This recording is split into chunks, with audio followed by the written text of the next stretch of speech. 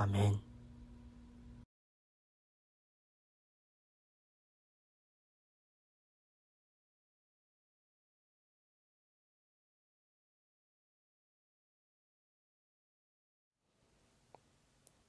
성도 여러분들 안녕하십니까? 새 2023년 첫 안식일을 맞으면서 성도님들께 진심을 담아 인사를 드립니다. 2023년 올해는 날마다 더욱 새로움을 맛보는 믿음의 생애가 되시기를 간절히 축원합니다. 이 신년 첫 안식일의 말씀의 제목을 처음 사랑으로 이렇게 했습니다. 먼저 오늘 본문의 말씀을 보도록 하시겠습니다. 계시록 2장 1절과 4절에 있는 말씀입니다. 에베소 교회의 사자에게 편지하라. 너의 처음 사랑을 버렸느니라. 그러므로 어디서 떨어졌는지를 생각하고 회개하여 처음 행위를 가지라. 이 말씀은 에베소 교회에 보내는 편지에 나오는 말씀입니다. 우리는 에베소 교회에 보내는 이 기별을 요한계시록을 연구할 때 예언 해석의 차원에서 계속 공부해 왔습니다. 초기 교회로부터 현재 이르기까지 교회의 모습을 예언적으로 보여주는 7교회 중 첫 번째 교회, 그래서 AD 31년부터 100년 사이에 이 초기 교회를 가리켜서 에베소 교회의 시대라고 그렇게 배웠습니다.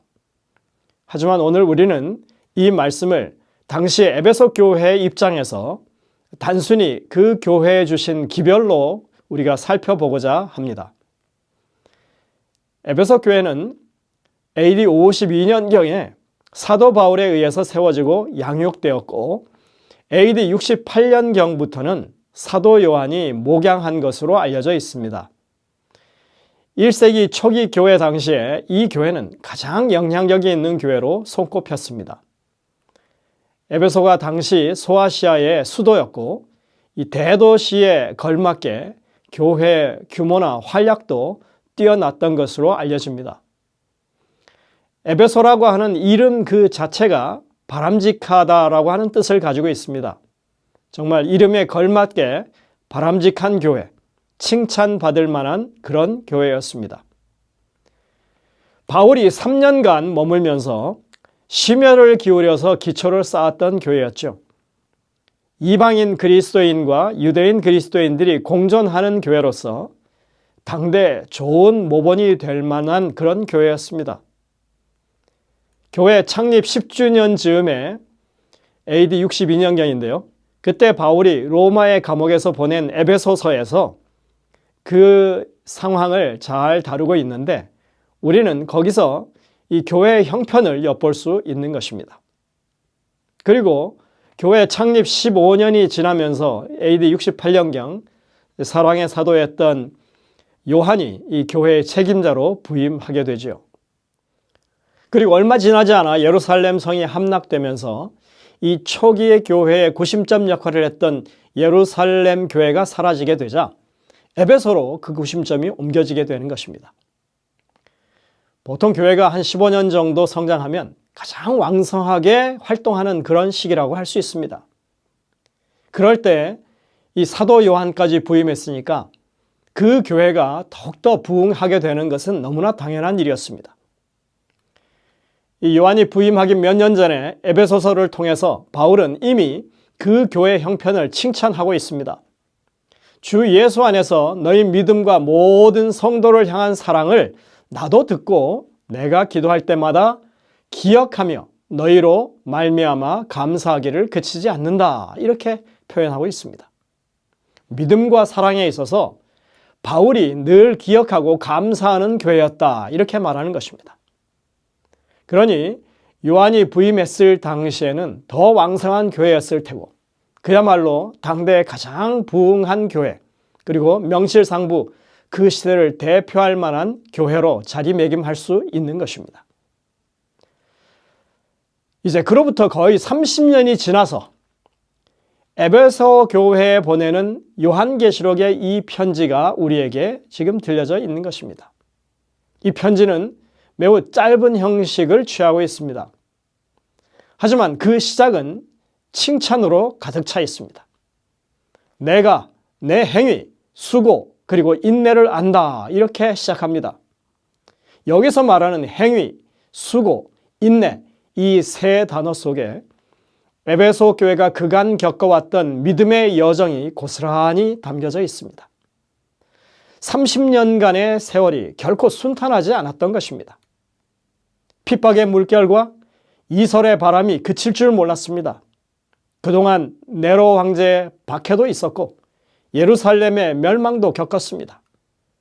로마 정부에 저항하는 유대인들에 대한 증오와 핍박이 교인들에게 고스란히 전가되는 시기였습니다. 1세대 교인들, 1세대 교회 지도자들은 이제 거의 사라졌고 이제 교회의 운명은 점차 어두운 그런 상황 가운데 놓여 있었습니다. 이런 험한 세월을 보내는 중에도 그런데 에베소 교회는 그들이 하던 일들에 충실했다고 말하고 있는 것입니다. 주님은 그들이 행한 일과 수고와 인내를 인정하십니다. 에베소서와 이 계시록 사이에는 35년이라고 하는 공백이 있었음에도 불구하고 에베소 교회에 대한 칭찬은 그대로인 것을 우리가 볼 수 있습니다. 우리는 에베소 교회의 모습 속에서 어려움 속에서도 성실하게 일하는 아름다운 교회의 모습을 봅니다. 시련이 다가올수록 핍박이 심해질수록 말씀으로 세워진 교회는 더욱 단단해지게 됩니다. 여러분들 오늘날의 교회들도 3년간의 코로나 팬데믹으로 인해서 여러 가지 시련을 겪었었지만 더 헌신적이고 어려움 속에서도 더욱 열심히 선교하려고 노력하고 있는 그런 모습을 우리가 보고 있지 않습니까? 하나님은 이러한 교회의 행위와 수고와 인내를 아십니다. 그리고 그 교회에 대한 칭찬은 계속됩니다. 또 악한 자들을 용납하지 아니한 것과 자칭 사도라 하되 아닌 자들을 시험하여 그의 거짓된 것을 내가 드러낸 것과 또 내가 참고 내 이름을 위하여 견디고 게으르지 아니한 것을 아노라. 이 교회의 진짜 시련은 외부에서 오지 않습니다. 교회 안으로 스며든 거짓 교리와의 전쟁이 사실은 더 어려운 것이었습니다. 하지만 에베소 교회는 이 교회 안에 이런 악한 자들을 용납지 않았다 합니다. 자칭 사도라 하지만 아닌 자들을 시험해서 그 거짓된 것을 드러내는 일을 교회가 했습니다. 그 정도로 이 교회는 말씀으로 잘 무장되어 있었고 견고한 믿음 위에 세워져 있었습니다. 계시록 2장 6절에 가시면 이와 관련해서 더 구체적인 부언이 있습니다. 오직 내게 이것이 있으니 내가 니골라 당의 행위를 미워하는도다. 나도 이것을 미워하노라. 1세기에 교회를 어지럽힌 큰 두 이단적인 가르침이 있었습니다. 하나는 율법주의적인 신앙, 우리가 흔히 에비온파라고 부르죠. 또 하나는 일명 영지주의 신앙이었습니다. 여기서는 니골라당으로 표현되고 있습니다. 이 두 사상은 정말로 끈질기게도 오늘날까지 이 교회 내부에 스며들어서 교회를 어지럽히는 그런 사상입니다. 니골라당은 에베소 교회뿐만 아니라 버가모 교회의 기별에서도 등장합니다. 에베소 교회는 니골라당의 행위를 미워했다고 지금 말씀합니다. 이 영지주의는 다양한 형태로 나타났기 때문에 간단히 설명하기는 어렵습니다. 하지만 쉽게 말하면 믿음이 아닌 신비 속의 비밀리에 전해지는 영적 지식으로 사람이 구원 얻는다는 그런 사상입니다. 이 사상은 1세기 중반 이후에 기독교 교리와 그리스 철학, 그리스 로마의 이 신비 종교, 동양 종교를 이론과 그 사상을 잘 절충해서 혼합해서 만든 기독교 이단 사상입니다. 이들은 물질과 육체를 죄악시하고 영을 아주 높이 평가하는 종교 철학적 사상입니다. 2세기 후반부터 비교적 안정된 사상 체계를 확립하고 호소력이 있는 종교가 되었고 거의 2세기에 걸쳐서 전성기를 누렸던 그런 사상입니다. 그들의 사상을 정리하면 이렇습니다. 첫 번째, 세상은 최고의 신이 지은 것이 아니라 낮은 신인 구약 성서의 하나님이 창조했다.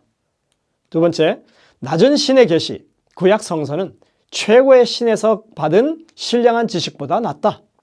세 번째, 낮은 신의 아들인 예수의 사도들은 최고의 신인 사도들인 자신들보다 낫다. 네 번째, 그리스도의 잉태는 초자연적인 것이 아니라 육신에 의한 것이며 그가 침례를 받을 때 참 그리스도의 영이 임해서 메시아의 직분을 수행하다가 십자가에서 죽을 때 그 영이 떠났다. 다섯 번째, 물질과 육신은 악하고 영은 선하다. 그래서 육체에 대한 학대나 방종은 문제가 없다. 여섯 번째, 율법은 끝났기 때문에 사람은 자유롭게 살 수 있다. 그래서 마음대로 간음하고 우상을 숭배할 수 있다. 일곱 번째, 구원은 믿음에 의해서가 아니라 깨우친 영적 지식에 의해서 받는 것이다. 여러분들 들어보면 정말 황당한 주장들이죠. 이런 주장을 누가 믿어? 이렇게 얘기할 수 있겠지만 그 당시에는 헬라 철학이 지배하던 시대였습니다. 그래서 아주 설득력 있는 그런 논리로 들렸던 것입니다. 말씀 위에 굳건하게 서 있지 않으면 흔들릴 수밖에 없었습니다. 예수님이 육신으로 오신 것이 아니라 침례받을 때 영이 임해서 메시아가 되었다. 이것은 예수님의 부활까지도 의미 없게 만드는 그런 생각인 것입니다. 구원론이 파괴되고 마는 것입니다.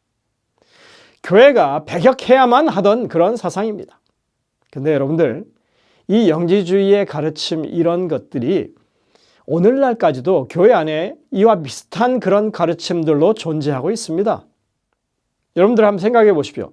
육은 악하고 영은 선하다고 하는 그 이원론은 영원불멸 사상과 아주 닮아 있습니다. 율법의 시대는 끝났다고 주장하는 율법 폐기론이 여전히 교회 안에도 존재합니다. 특별한 교리를 이해해야만 구원에 이른다는 이 지식 중심의 신앙 논리 또한 여전히 그 영지주의의 가르침의 하나의 반향인 것입니다.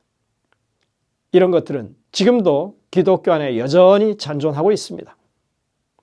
한 가지 분명한 것은 율법주의나 영지주의 이 모두가 다 성령을 인정하지 않기에 생기는 오류들이라고 하는 것입니다. 율법주의자들 입장에서 보면 자기 눈앞에서 당장 행동을 교정해야만 직성이 풀리는 것입니다. 우리 안에 역사하시는 성령을 믿지 않습니다. 순종은 자발적인 것인데 억지로 만들어서라도 굴복시켜야 한다는 것입니다. 성령은 우리의 자유의지의 선택을 진정으로 존중하십니다. 때로는 시간이 걸립니다. 그래서 참고 기다리십니다. 우리는 성령이 강력하게 역사하시도록 기도하면서 인내해야 하는 것입니다. 영지주의도 마찬가지입니다. 구원에 관한 모든 지식과 믿음이 성령을 통해서 말씀 가운데 주어진다고 하는 사실을 부정하는 것입니다. 그들은 말씀 대신 자신들의 특별한 영적 깨우침을 중시합니다. 말씀을 통하여 역사하시는 성령을 부정합니다. 결국 그들의 가르침은 말씀이 아닌 자신들의 생각에서 나오게 됩니다. 하지만 에베소 교인들은 사도들의 가르침을 충실히 잘 따랐고 이러한 이설들을 부정하고 받아들이지 않았던 것입니다. 우리들도 이 말씀의 바른 가르침 위에 굳건하게 서는 2023년 한 해가 되었으면 좋겠습니다. 에베소 교회는 참 여러모로 칭찬받을 만한 교회였습니다. 그러나 그들에게 한 가지 책망이 주어지고 있죠. 바로 오늘 본문의 말씀입니다. 다시 한번 그 말씀을 보겠습니다. 에베소 교회 사자에게 편지하라. 너의 처음 사랑을 버렸느니라. 그러므로 어디서 떨어졌는지를 생각하고 회개하여 처음 행위를 가지라. 그들에게 주어진 유일한 책망인데, 그런데 그것이 그들의 모든 칭찬을 가릴 만큼 치명적인 잘못이라고 말씀하고 있습니다. 만약 그렇게 돌이키지 않으면 이 촛대를 그 자리에서 옮기겠다고, 이 교회가 가지고 있는 정말 중요한 직분을 그들이 감당할 수 없게 될 것이라고 말하는 것입니다. 그들이 그 극한 고난의 시기에도 고통을 참고 주님의 이름을 위하여 견디고 게으르지 않았다고 칭찬받았었는데, 온갖 이설들이 난무했던 때 말씀의 원칙 위에 굳게 서서 버텨왔던 그들이었는데, 그들에게 한 가지 부족한 것이 드러난 것입니다. 바로 사랑이 결핍됐다고 하는 것입니다. 그들은 35년 전 사도 바울의 편지를 받을 때만 해도 성도를 향한 사랑이 부각되는 그런 교회였습니다. 그러나 그 당시에 보내진 에베소서의 내용을 우리가 잘 살펴본다면 우리는 에베소 교회에서 이 성도 간의 사랑에 문제의 불씨가 있었다고 하는 것을 짐작할 수 있습니다. 에베소서에 보면 교회 안에는 분열의 이 불씨가 있었습니다. 유대인 출신 그리스도인과 이방인 출신 그리스도인들로 갈라져서 문제가 생기고 있었던 것을 우리가 볼 수 있는 것입니다. 특히 에베소서 2장에서 바울은 그 문제를 집중적으로 다루고 예수님께서 십자가 위에서 돌아가신 그 이유는 유대인과 이방인 이 둘 사이에 갈라진 간격을 메우기 위해서였다고 그렇게 강조하는 말씀을 합니다. 십자가라고 하는 것은 이방인과 유대인들처럼 이념적으로 극한적으로 대치될 수 있는 그런 상황 가운데서도 둘 사이에 화합을 이루어낼 수 있는 그런 능력이 있는 것이라고 바울은 강조했던 것입니다.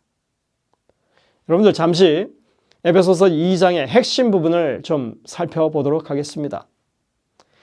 에베소서 2장 11절부터 19절에 있는 내용입니다. 제가 시간을 절약하기 위해서 여러 가지 살펴서 분석한 이 본문의 이 모양을 좀 먼저 제시하겠습니다. 우리는 성경에서 이런 구성을 많이 발견하게 된다고 했죠. 이런 구성이 정말 맞는 것인지 알려면 이 서로 상응하고 있는 구절들을 짝을 지어서 읽어보면 된다고 했습니다. 자, 한번 볼까요? 처음에 11절 12절입니다. 그러므로 생각하라. 너희는 그때 그리스도 밖에 있었고 이스라엘 나라 밖의 사람이라. 약속의 언약들에 대하여는 외인이요 세상에서 소망이 없고 하나님도 없는 자이더니. 자, 이 A와 대응하는 것이 저 밑에 다시 또 19절 A가 있습니다. 한번 보실까요? 그러므로 이제부터 너희는 외인도 아니요 나그네도 아니요 오직 성도들과 동일한 시민이요 하나님의 권속이라.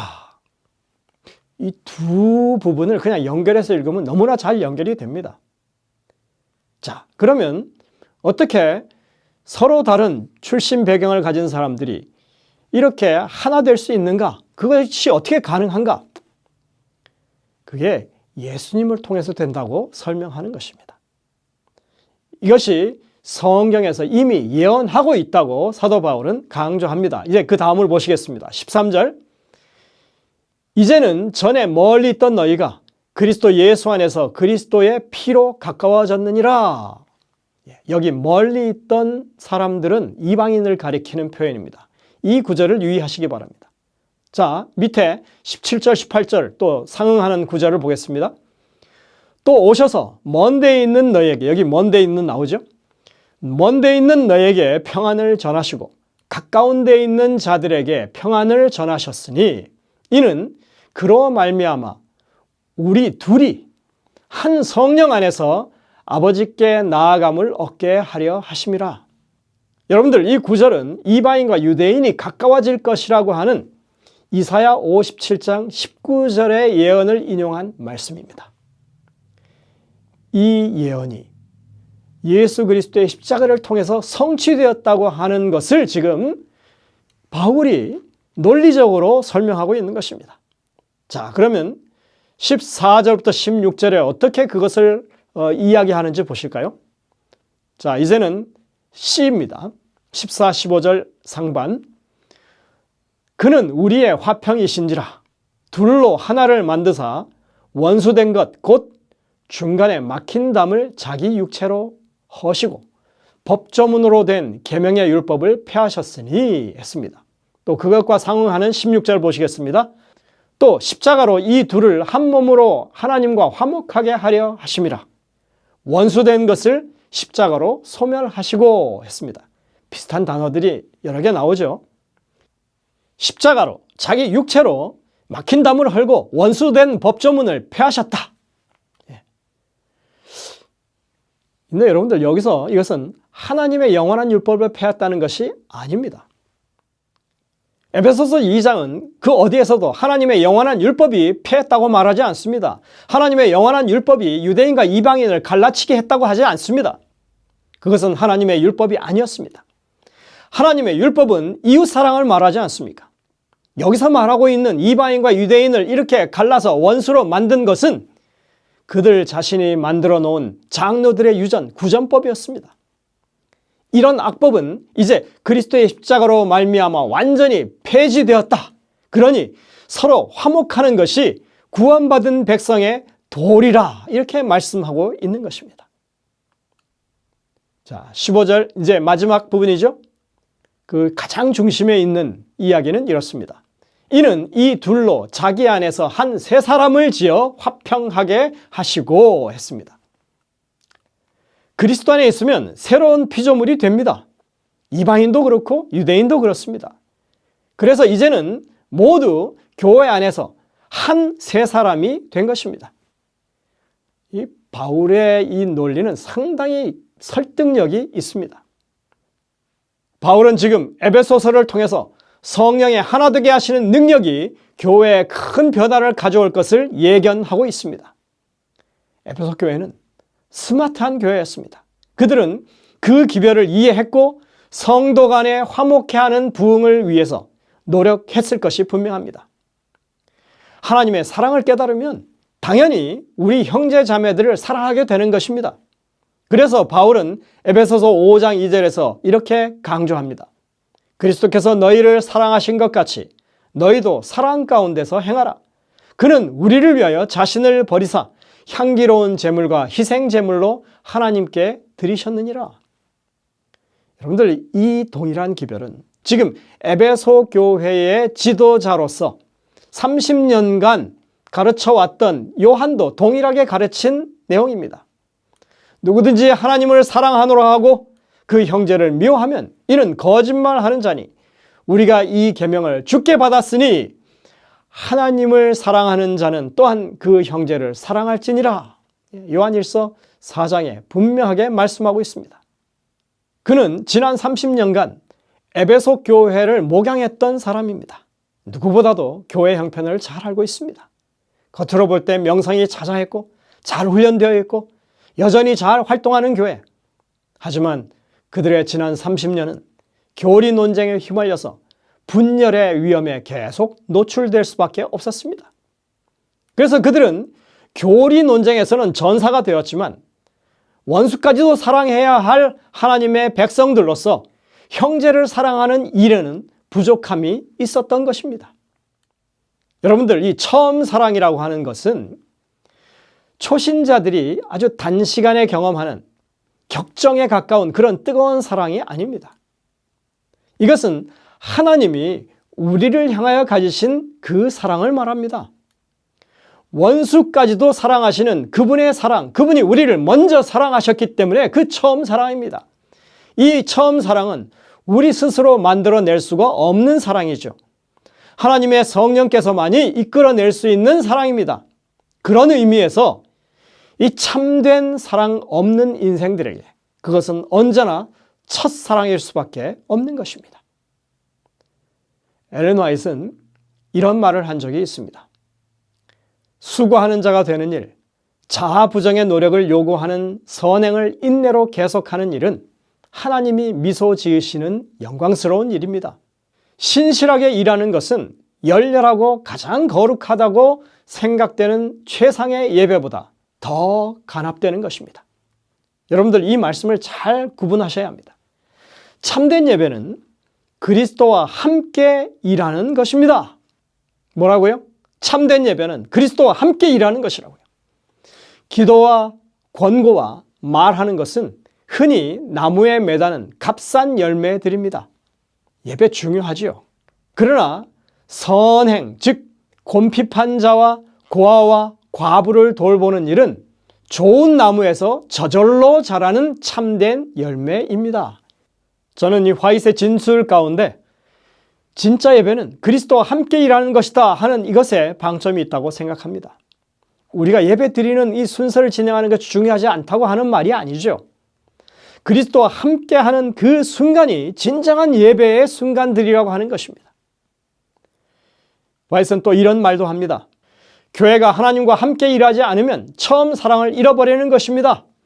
오늘날 하나님의 백성이라는 사람들 중에 참으로 많은 사람들이 하나님을 최고로 사랑하고 이웃을 자기 몸처럼 사랑하지 않고 있습니다.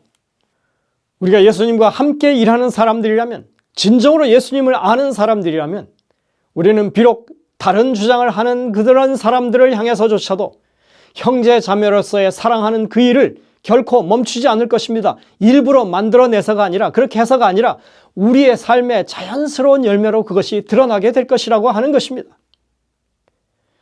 여러분들, 2023년 한 해에는 더욱더 열심히 교회 사업을 받들게 되시길 바랍니다. 그리고 그러한 일을 하심에 있어서 무엇보다도 그리스도와 함께 일하는 사람들이 되시길 바랍니다. 그리스도께서 우리 안에 역사하셔서 그런 일들을 하게 될 때 진정으로 우리의 이웃들, 우리 주변에 우리와 같지 않은 주장을 하는 그런 사람들이라 할지라도 그런 사람들을 형제 자매들로서 진심으로 사랑하는 이 하나님의 첫사랑을 회복하는 여러분들이 되시기를 간절히 바라면서 오늘 말씀을 줄이도록 하겠습니다. 기도하시겠습니다.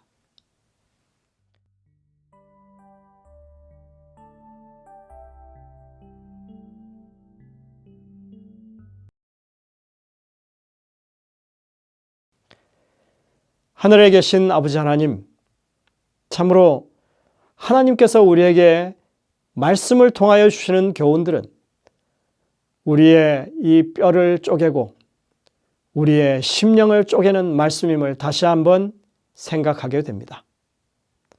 2023년 한 해를 열어가는 이 첫 안식일에 저희들이 주의 말씀을 통하여 교훈을 받습니다. 에베소 교회처럼 늘 성실하고 진실된 하나님의 성실한 일꾼들이 될 수 있는 우리 모두가 될 수 있도록 인도하여 주옵소서. 그러나 에베소처럼 처음 사랑을 버리지 아니하고 하나님 백성의 참다운 사랑의 모습을 잊지 않고 실행하는, 그렇게 사랑을 실현해 나가는 하나님의 백성들이 될 수 있도록 인도하여 주옵소서. 그래서 성령이 교회들에게 하시는 그 말씀을 귀담아 듣고 순종해서 올 한 해는 더욱더 아름다운 교회가, 저희들의 교회가 될 수 있도록 인도하여 주옵기를 예수님의 이름으로 간절히 기도드립니다. 아멘.